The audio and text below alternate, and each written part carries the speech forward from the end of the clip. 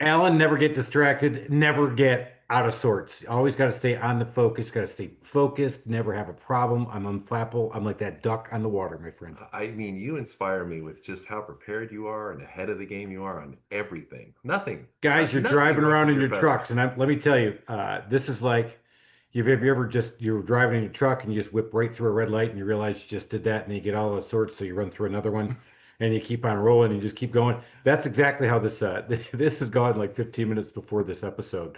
I thought I had something all figured out, thought I was in the know, thought I did everything correctly, And there's a deadline. and there's a deadline that says, "Hey, you guys, within the next 45 minutes, you've got to sign up for the chamber if you want to be on the board."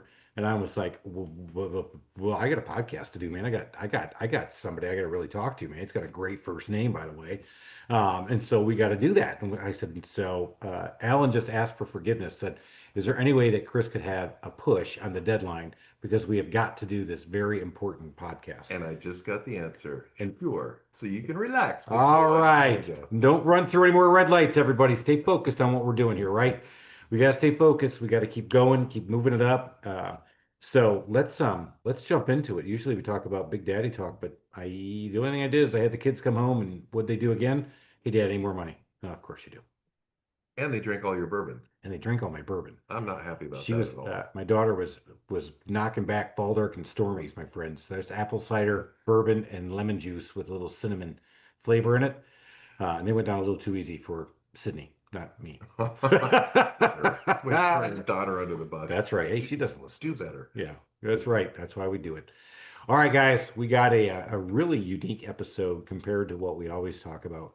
We're going to be running up Alan's line of business, talking about real estate and all that stuff. That's going to be cool about coaching and all that stuff. We got Chris Prefontaine on from Rhode Island, and once you get to hear him, you're going to understand what wicked smart sounds like.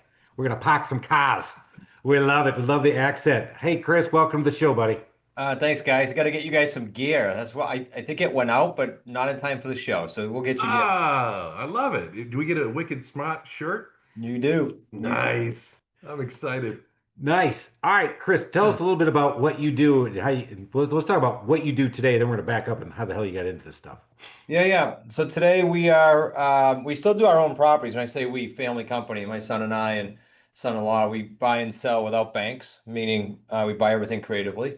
So no cash, no credit, no taking bank loans. And then we coach. So the Wicked Smart companies coach all over and mentor all over North America, mostly US. We're in about 80 markets. So when I say we coach, the differentiator here is we do deals in the trenches with students, far different than here's a course, good luck. And then all the stuff happens and life happens, they don't know how to do it. So we actually revenue share on deals all around the country. That way they're learning and doing interaction while they're doing deals. Best way to learn. So that's kind of like the snippet of what we do today. Yeah, that is, I think, like I said, that's going to be a really unique topic. I think for everything we've been doing, we've been doing this for 4 years, four Yeah. and a half now. And I Uh, hope unique is good.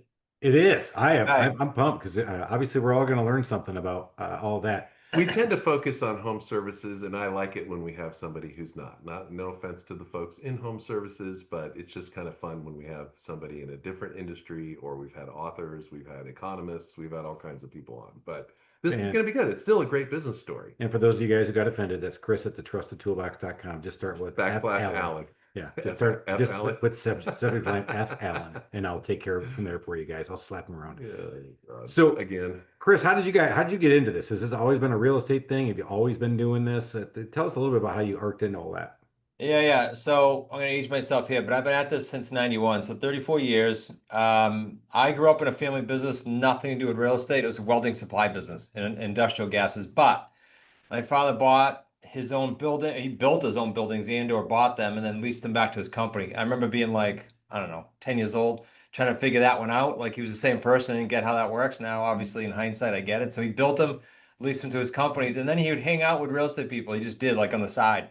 So I was around that at an early age. So when he sold his company in 91, I lasted about 3 months and they fired me. I was supposed to be there for a bit as a general manager. They fired me. My kids were like 2 and 3. So I had zero income coming in about a week. Luckily, I had some real estate going on the side, building some homes. After that, did a brokerage. After that, coached realtors, not investors, like we do today. And then that led up to the crash of '08. I call it the debacle of my book, but the entire crash was the impetus to what we are today. Because my head was in the sand for 4 years because we got wrecked. But when I came out of that and everybody started saying, get your head out of your butt, you got to get it back to work. I just set up sort of like new rules: no banks, no put my name on personal guarantees, no using gobs of my own money, and no more kind of like doing one deal get paid, one deal get paid, like that transactional world.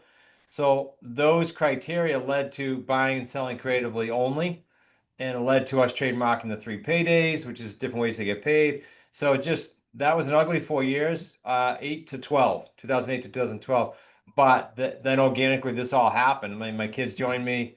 None of that was planned. Now they've really been instrumental in scaling the company the way it has, hitting Inc. 5,000 and all that. So yeah, He that's make the he makes it sound so easy, but by the way, you said built some homes. How many homes did you build? early 90s. We built 100 plus homes. What we would do, I was naive then. I was in my 20s, so I didn't know it was creative real estate then. But we would find landowners who weren't selling like single lots, just like onesie twosies. And we'd say, hey, we'll get you a price, but here's how we're going to do it. We're going to advertise with a builder a final package, like a complete home. Once we find our buyer, we'll then build the home. Then you'll get paid at the end when the buyer gets financing. Now, again, I don't even know if I would attempt that today, but the market was such that they said yes. All the subcontractors waited till the end of that process. Like, it was quite a thing we had going on. We did that for several years. No way. So you got subs, framers, foundation builders, siding, drywall. All these guys say, "Hey, look, you're not going to get paid until I sell this thing. Probably going to be about 6 months." They're like, "Okay, Actually, there were cookie cutters, Chris. So there was like, yes, but the time frame we flew, we were like, I mean, some maybe went 6, but most of the time it was like 100 to 120 days. We would just boom, boom, boom. oh, okay, Not me. I had no experience building. My partner Joe was a builder, so I kind of found the land and he built the homes, and we developed some systems and did that. That came to kind of a screeching halt. We got a little cocky. Oh, this is working great. So around 94-ish, 95, we started taking on subdivisions. Well, that was a headache and a lesson there because it's a whole different world. yeah, right." Can't do that Huh. anymore. You can't wait. People can't wait. Obviously, man, we've only we had this for like 5 minutes. You already figured out this guy knows what the hell's going on. He's been through enough, and you got the 4 year bruise to feel it, and you still remember it because we both remember '08, and No, I don't remember it at all. right, well, that's You why don't we want keep to drinking. remember it, right? No, it's funny when you Like a talk to younger blur for people. about 5 years. Talking to younger people get into business, and you start saying, "Do you remember '08?" And they say, "Yeah." I'm like, "All right, were you in high school then?" "Yeah." I said, I You didn't know. feel it like we felt it, brother." Because what has happened is your parents were sitting there freaking the F out because they Yep. thought, I'm not sure you're gonna be able to eat tomorrow, buddy."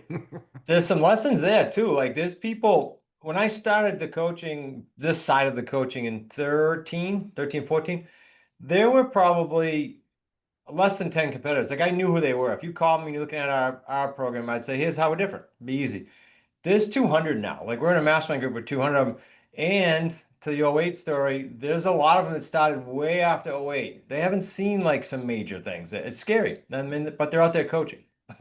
Now let's talk about that. I think that's a big lesson. Um, I know we both are big believers in coaching. Ellen and I, we've talked about that over the years. And, I think situational coaching is good. I've had coaches over the years. I'm part of a mastermind group that you mentioned. But would I really want to go with somebody? I don't care how smart you are, but if you haven't been through the wars like you have, I mean, because even the '90s, I mean, when you were doing that, I mean, people today, in our world, we're always impacted by the mortgage rates.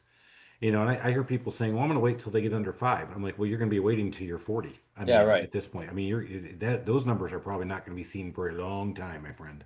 Yeah, and if you know creative real estate, the rate thing is, you bring up like huge points, because if you know creative real estate, you don't care. You frankly don't care what the rates are doing, because you're gonna be up, down, or sideways market. You're okay. Because you're buying creatively and you're selling creatively.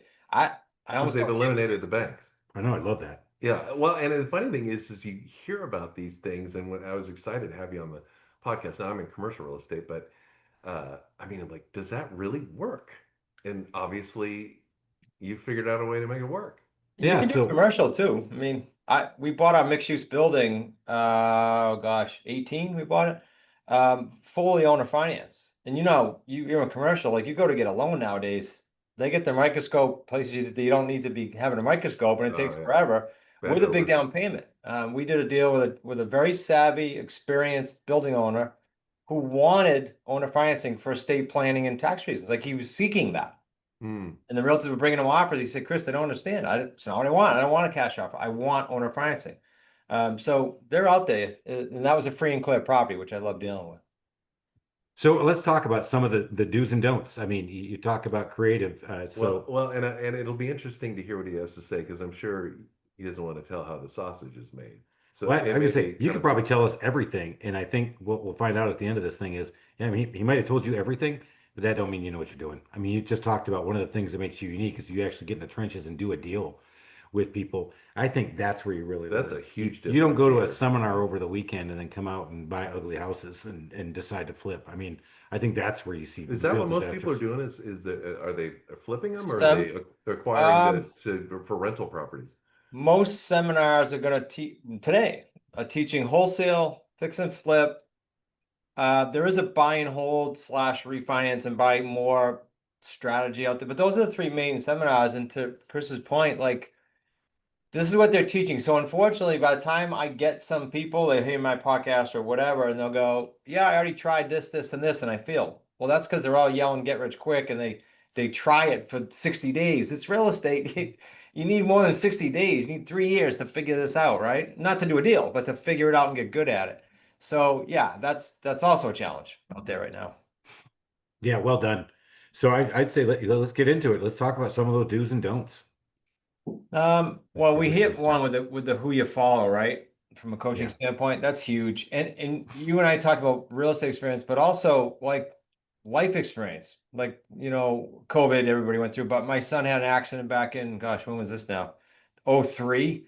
Well, I was in real estate then. I had to like navigate that, like just life experiences and economic experiences. So when you look out for someone, just make sure that A, the niche is what you want, but B, the person or group or persons kind of align with you, right? Value wise, experience wise, all that. That's important. And then another don't would be this, because I learned the hard way. I still get calls every week going, yeah, yeah, I get good credit. So I'm going to go to the bank and this bank will give me 4 loans. I say, why? Like, why risk all your personal assets when you don't have to? Once you figure that out, I didn't know that. For my first 17 years, I was doing it conventionally until I got beat up. And I said, well, that's not worth it. The bank has to do their job if you default or the market changes, right? Or they change their rules on their lines of credit and they want to call you loans. All that keeps me up at night. So I don't do it anymore. So I say to people, don't sign personally on bank loans unless it's a personal residence and you go, hey, I got to be in this neighborhood for the school system and I can't find a creative deal. Okay, there's exceptions, but by and large, don't sign on personal loans. There's just no reason to in real estate. So how do I find creative? Give me an example of a creative situation other than the owner financing one was a good one because that makes sense. I mean, if the guy buys on you, he's buying that you guys are going to keep operating and paying him back. He's got this great annuity spread out over time for tax purposes. Where's Well, some and if other you default, then he just keeps get, his house and has your money. he's got a Yeah, it bank. has Yeah. all the money you paid. Well, let me just touch on that, and then I'll give you the other two ways. So owner financing, a number of ways to do it, but we focus primarily on free and clear properties, like the building I mentioned, because the free and clear owner usually is off market. They're usually not stressed out about money, or they would have presumably pulled out of the property, right? So they're a much different conversation. They want the best price, like the building owner, and they just don't mind taking it over time. They're not like, I got to have this tomorrow to go do this, right? So that's why we like free and clear. And most residential deals, that mixed use, we did a little bit of a hybrid deal, but most residential deals, we do no interest. So if I give you your price, call it $500,000 for a house, I'm making monthly payments of principal only until some balloon date in the future. Because you got your price, I just get kind of like the term. And you can mix that up and do some interest, some principal, phase it out. But that is one of my favorite. The other two ways we buy, one is subject to existing financing, been around forever. I buy your house, loan stays in your name, you're the guarantor still, only I own the property. We put it in a trust to do it properly. There's ways to do it so you don't trigger what's called the due on sale clause with the bank when it transfers. So without getting into legal, and I'm not an attorney, let's be careful with how we do that and who we do it with. But we're getting properties right now, as are the community members, 2, 3, 4% back from when those loans were being done. We're buying those houses now. so that the loan stays in place. It's 2, 3, 4, 5%. To your point earlier, we're not seeing those new rates anymore. So you get to grab properties. Florida's like rampant now for that because the market's sucking wind. Sellers are panicky. Um, Fortunate for us, unfortunate for them that they think that that's the end of the world. It's not. But a lot of those loans that they want to dump are 2, 3, 4%. So we just take over payments. So you take over, but you got to have it bound correctly. That was the one thing I kind of Got to missed. be This is, papered correctly. Yeah, yeah, with the right attorney that does these, because that's where other students get themselves in trouble. Is they go to attorneys that never did a what's called a sub two, subject to the existing financing, and they get themselves in trouble. yeah. I think again, that's one of the things he can say it on a podcast. He can say it to your blue in the face. But now, what are you going to do? Well, I'm going to go get my buddy to put this all together for me. Yeah, Yeah, he knows. No, I don't think so. Yeah, yeah, because I know them or because family or whatever. The wrong way to go. There's attorneys that have done tens of thousands of these the right way. That's who you go see. smart. Did I hear you right that you said that the owner financing deals are zero interest? Yeah, most, if not all, residential single families, and then the building. This guy was a big landowner, and I told him principal only. He almost fell off his chair. But what we ended up coming together with is I said, okay, Alan, I'll do 18 months of principal only. Then we'll take that balance and we'll amortize it over the rate you were looking for. And he was good with that because it was kind of a win-win. But houses, yeah, principal only. So no interest whatsoever. But Nope. this is one where they got the house. And you guys, this is, I'm assuming these houses are off market. So you guys Most just decide where this number is going to be. And so maybe it isn't market value, maybe a little higher than market value, maybe. market And you just value or call, higher, sure. yeah. And so then Because you call it principal only there. yeah, picture it like let me give you an example instead of Let's just blow my theory. mind here. So Plymouth, Mass, Cape Cod, beautiful house on the water, up on a bluff, open ocean. This woman, because we're always trying to solve problems, right? We're not trying to convince anyone. This woman was a realtor in Boston, couldn't sell her own house for the price she wanted. Come to find out, it's because she has a sick mom in the house and wanted to stay there a little longer. Well, most buyers buying for themselves go, no, if I buy it, I don't want you to rent back. I want to keep it, right? So we let her stay there for a little while, but the point of the story is it was principal only $2,500 a month on $1 million home, 960 something. And her and her mom stayed there for, I don't know, 2 or 3 years. And then we took it over, but every single month, $2,500 was coming off her principal. At 30 grand a year coming off her principal. So what'd you do with that property after that? Then you go and sell it, or We typically put a rent-to-own buyer in there that needs time because there's a big, like it's enormous now. COVID drove it higher, but people like leaving corporate America and starting their own business, they're not bankable for 2 years. Banks call it seasoning. So they go to buy and the bank goes, oh no, we need 2 years. So we put them in the home, rent to own, while they get mortgage ready.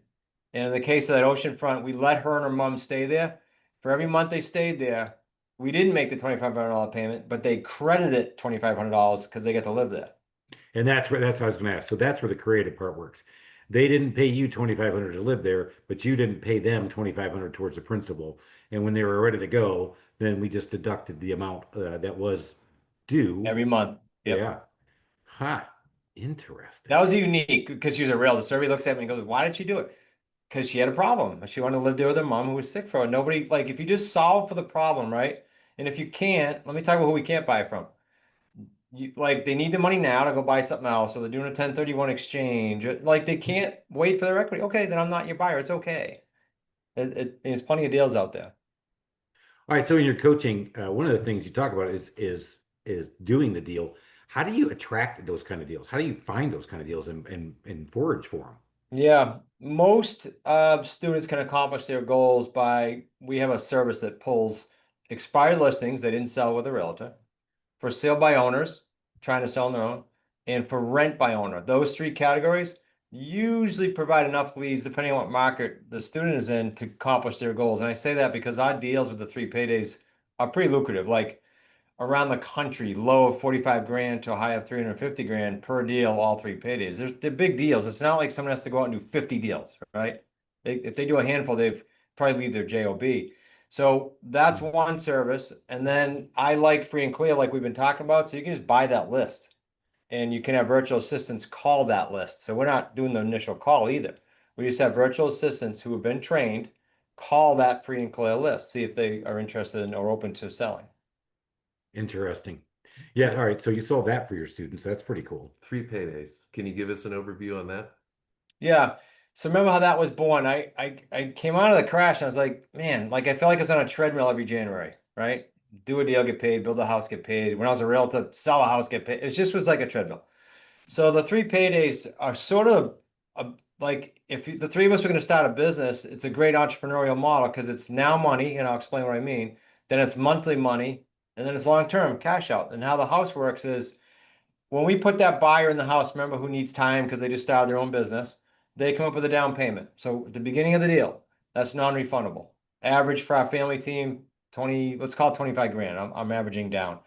Then the second I put them in that, I'm paying that seller something, say on that oceanfront home, it was 2,500, but I'm collecting something more from that, we call it a tenant buyer while they're looking to get financing. So let's say I think that one was 4 grand. So 1,500 a month now. I get the upfront, then I get the 1,500 a month spread between what I'm paying the seller and what I'm Payday getting. two. Payday two is the spread. Yep. Payday three is really cool because remember all that principal pay down? Payday three is I marked the price up a little bit. Like that house we sold for 1,250, I think it was. But I also get the accumulation of all that principal pay down. I'm not paying it. I'm paying the payment and the buyer's paying me. That's my payday too. So the payday one, twos, and threes, like we set a record last February. It was 350 grand for this house in Maryland. Those are it's depending on price range, right?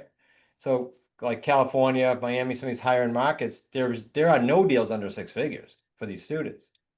So Oh boy, yeah, that's right. pretty good exit for the most people come to us with a nice healthy 5 figure or multiple 6 figures, and they can usually get a plan together for 2 years to go ahead and exit that if they're serious about it.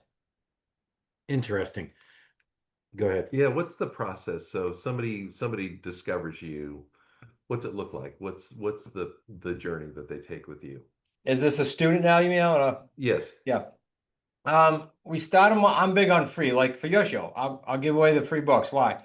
Because it's just a lot of junk out there. I just want people to like, if it's the niche, I want them to know ahead of time, and then they can look at other things. What are some other things? We have an academy. It's online. It's self-directed. It's pretty robust. Like it's grown over the years. Pretty robust. 60 some odd videos, PDFs, live calls. That's called our Quantum Leap system. And then, so they learn the three paydays. They learn each niche we just talked about, owner financing, subject to, we go into lease purchase. They learn all the basics. Some will go off and do deals on their own. Some will opt to get into some group coaching programs for some more guidance, and others will be more serious. People get into what we call the associate program, where we do the deals with them. That's what I was alluding to Mhm. earlier.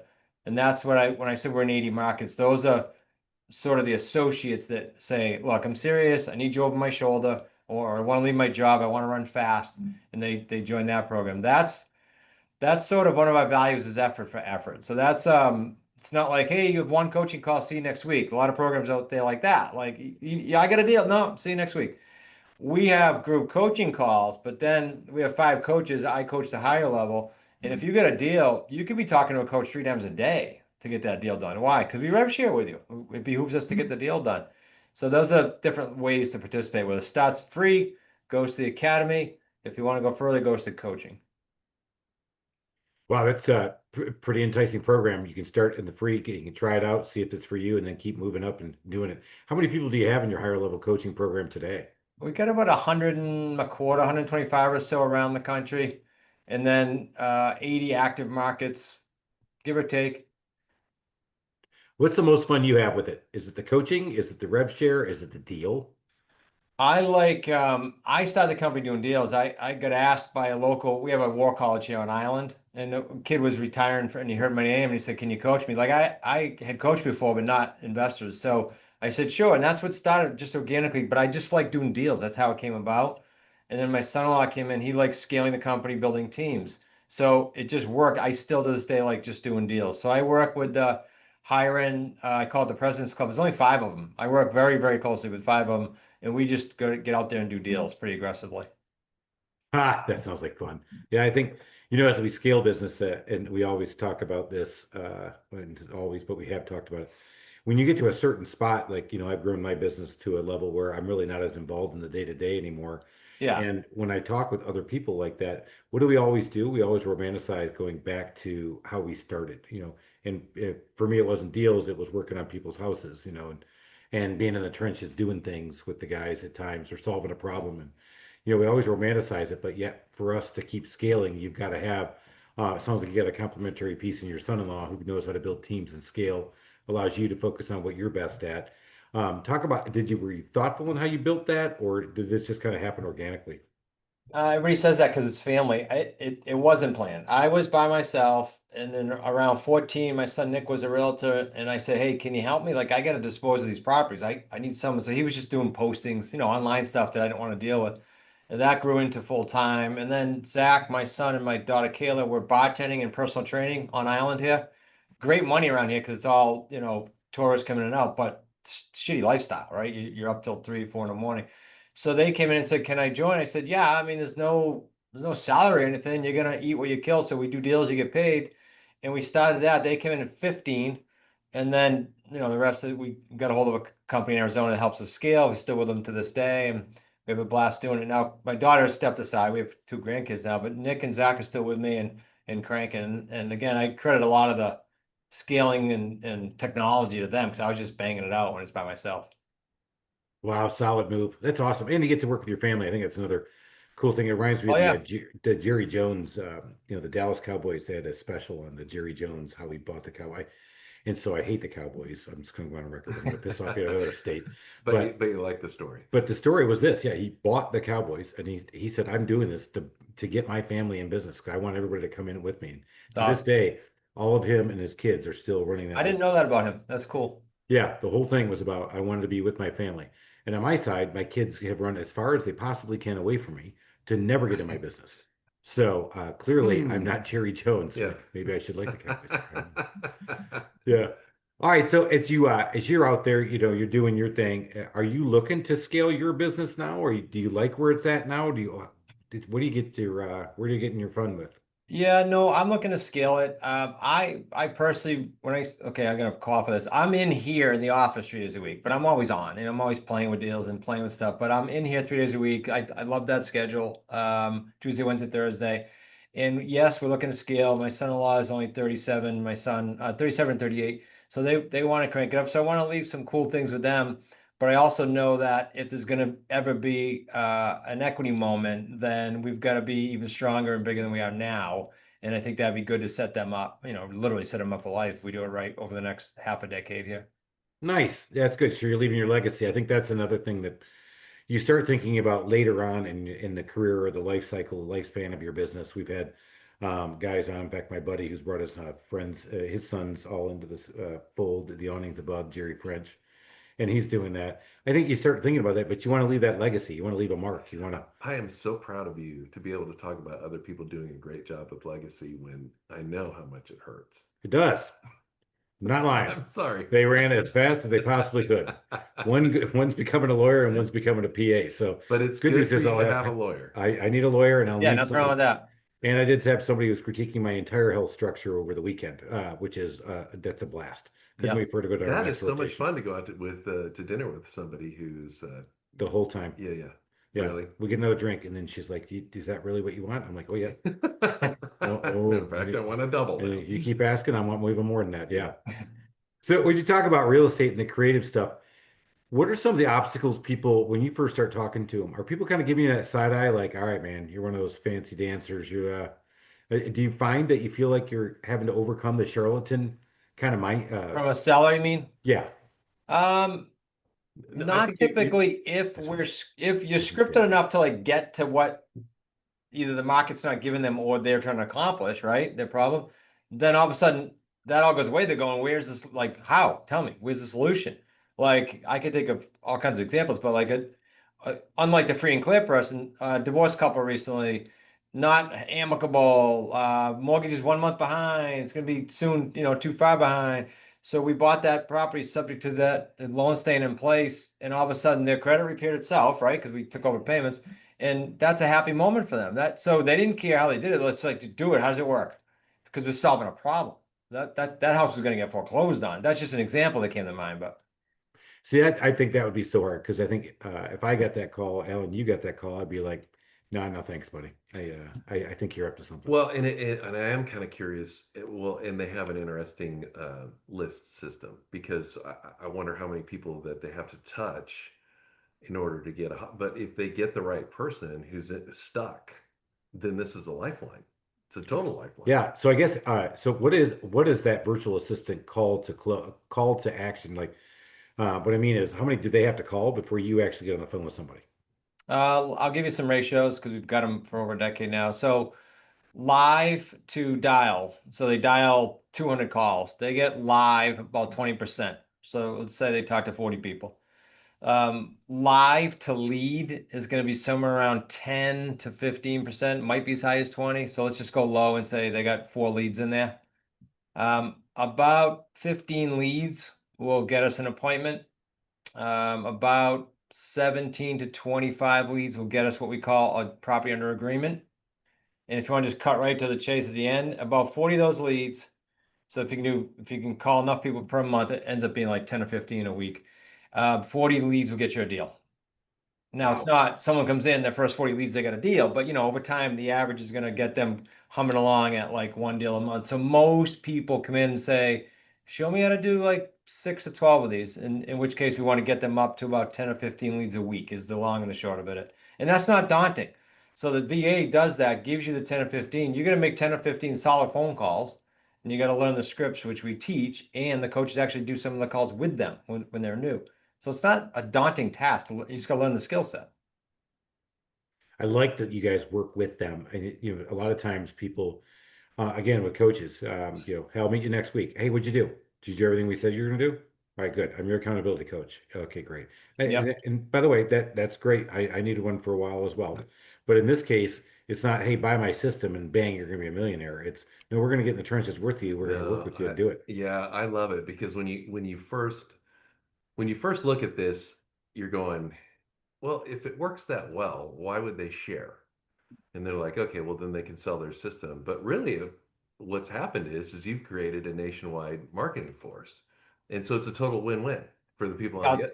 I'll give you the exact conversation on to your point. Spot on. So my son-in-law came in once. I think this was probably when we started this program, 16, and said, look, like we can keep doing deals, but we can't really go out of the area without boots on the ground. You can, but it's harder. We can do it virtually, but it's harder. After COVID, it became a little bit easier. People accepted it.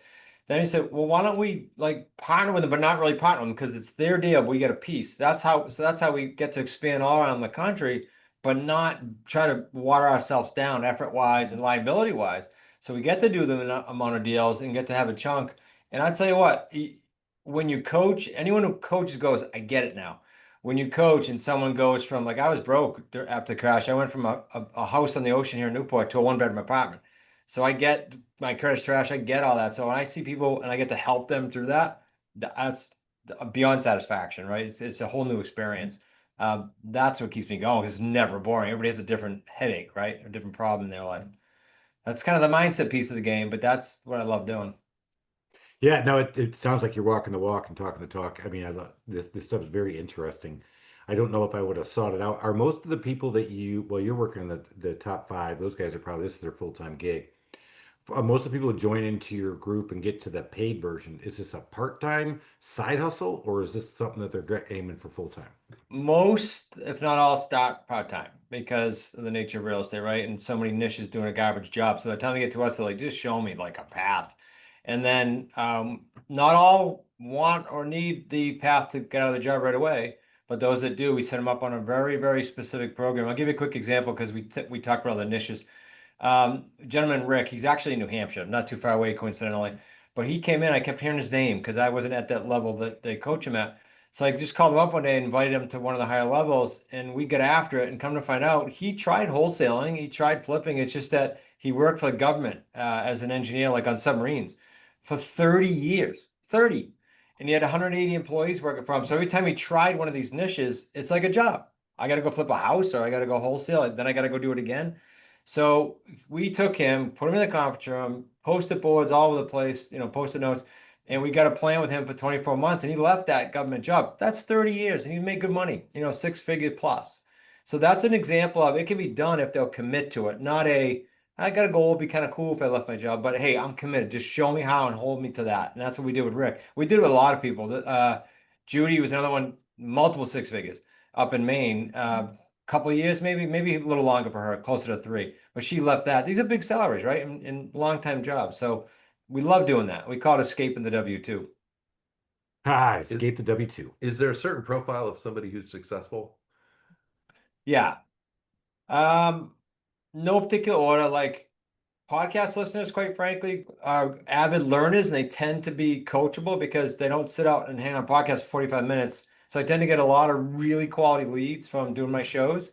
Hmm. The other people that tend to gravitate towards us are people that either were in a family business or witnessed an entrepreneurial business when they were growing up and kind of want that. Like they'll see our family and go, "Hey, I want to do that. I want to bring my kids," and they come with their kids to the event and everything. Um, the 5 and 6 figure earners I told you in corporate that want to escape, that tends to be solid because they're not looking for a deal tomorrow. Like I needed a deal tomorrow when I started. I needed like I needed oxygen. But if they come in and have a bandwidth and they go, "Hey Chris, just teach me. I'm okay. I don't have to do a deal tomorrow." They tend to be really good.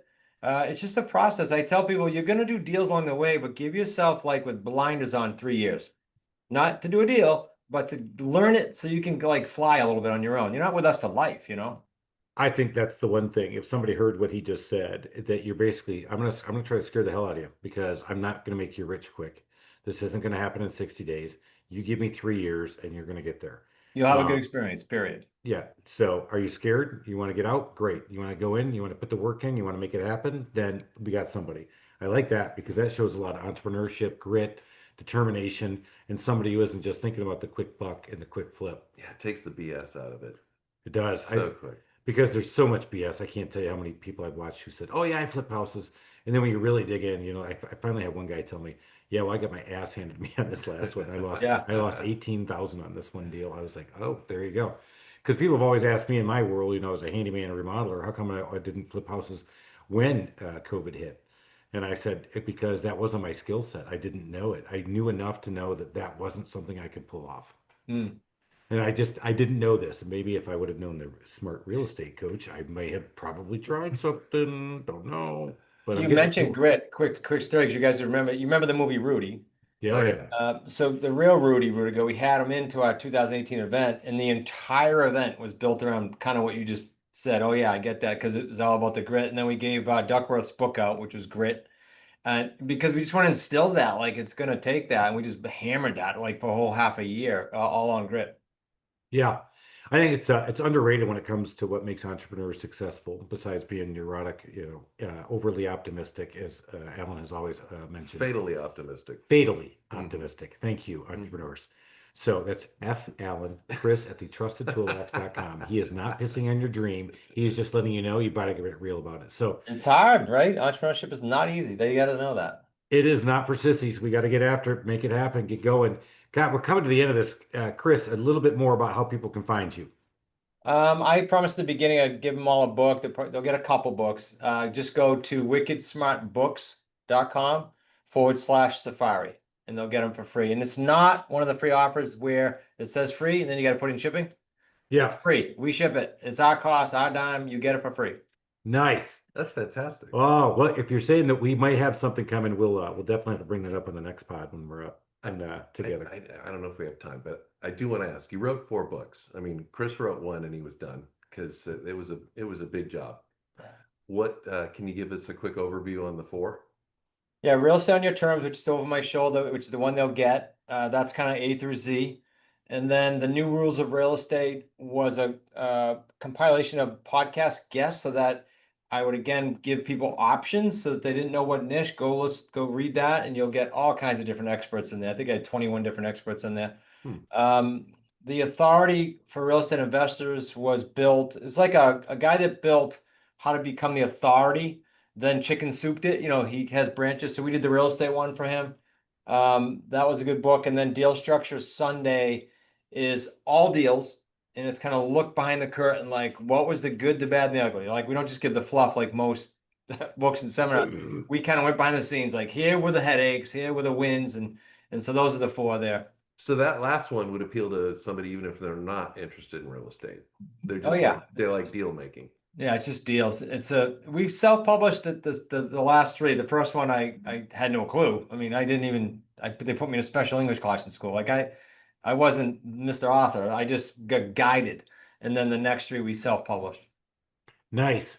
Yeah, same thing. I'm an engineer. My master's thesis, I was one of three American-born English-speaking people in my entire master's class in mechanical engineering. In my thesis, when I turned it in, my professor wrote, "This is gobbledygook. I'm done listening. You done reading this? Go to the reading center." You And and I were in the same class.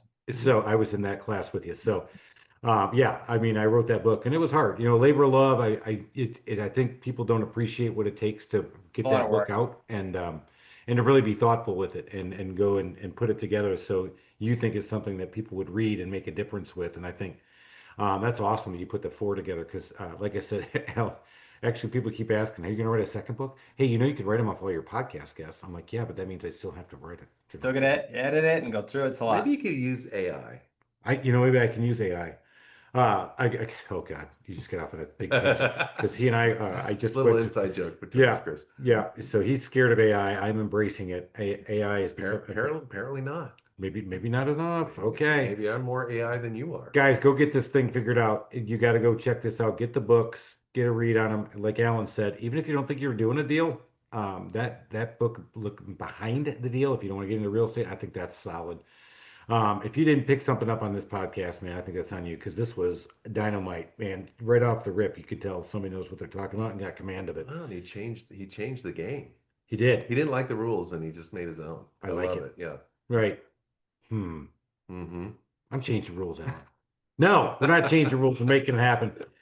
That's Chris Prefontaine, smart real estate coach. This has been a dynamite episode, a little bit different than what we talk about, but I'm telling you what, I bet you things are going to shake for you if Do you you keep feel doing it. wicked smart? I do feel wicked smart.